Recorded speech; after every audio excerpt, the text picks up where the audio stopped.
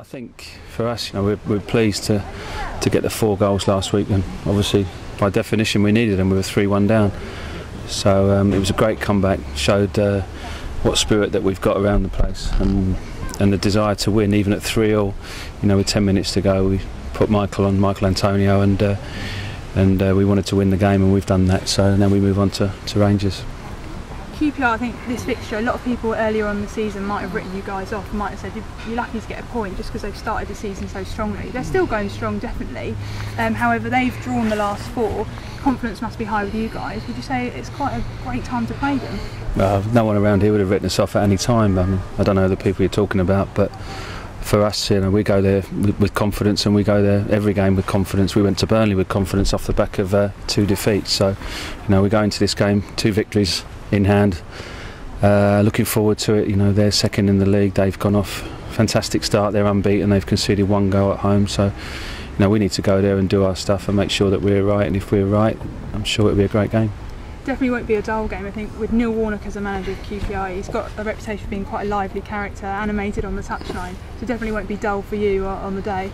Yeah, a lot of people talk about his character and what he does on the touchline. I think more to the point, you look at his record and what he's done over a period of 1,000+ games and his promotions, and how unfortunate he was when Sheffield United got relegated, and probably when they shouldn't have done with what was going on with West Ham. But I think that's what I look at, and I look at what he's achieved in his career, and as a character, he's a great character and good for football. I just want to talk about the team spirit at the Royals camp at the moment. Tim spoke to Adam Federici and Jay Tab after the game last week, and both of them said similar things about how you lose together, how you win together, squad spirit's high. Is that togetherness something that has always been at the club since you've been here, or is it something that you've instilled in the first team since you were appointed manager? Is it something you've really worked at? We've always had a good spirit, but it's something that's important to me. It's vitally important to me, and the group's important. I'd never bring a player to the club that I felt that would harm that, because that's the be-all and end-all, and you can move mountains. With the spirit that we've got here, we may not be the best in the world, we may not be the best at this, that, and the other, but I'll tell you what we have got. We have got the best spirit, and because of that, we can score goals with 4 minutes to go, and we can come back from 3-1. Even when at times against Doncaster, for example, we weren't playing particularly well, and Doncaster played some really good football at times, and we didn't. But we hung in there, and off the back of that spirit, we get the result, and that's the only thing that matters. And that's just absolute credit to the players and the staff at the club.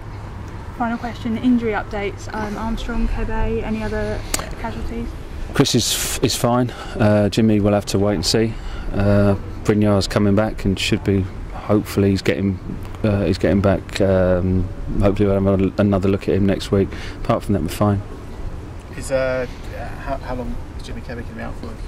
A time frame or anything like that? No, we'll have a look. We'll see. I don't think he's going to be available for the weekend, and we'll see what he's like next week. I take it so he hasn't been training with the rest of the squad this week then? No, he's been working with Luke. Is there any danger that he might need an operation or something like that to no. fix a problem? Or? No, he's got a problem with his knee, but Jimmy's played I think 30 odd games on the spin, so he's played a hell of a lot of games, and he doesn't miss games, so we just got to make sure that we're right now. We get him right. If he misses a couple of games, fine, because we want to get him right for the longer term. Yeah.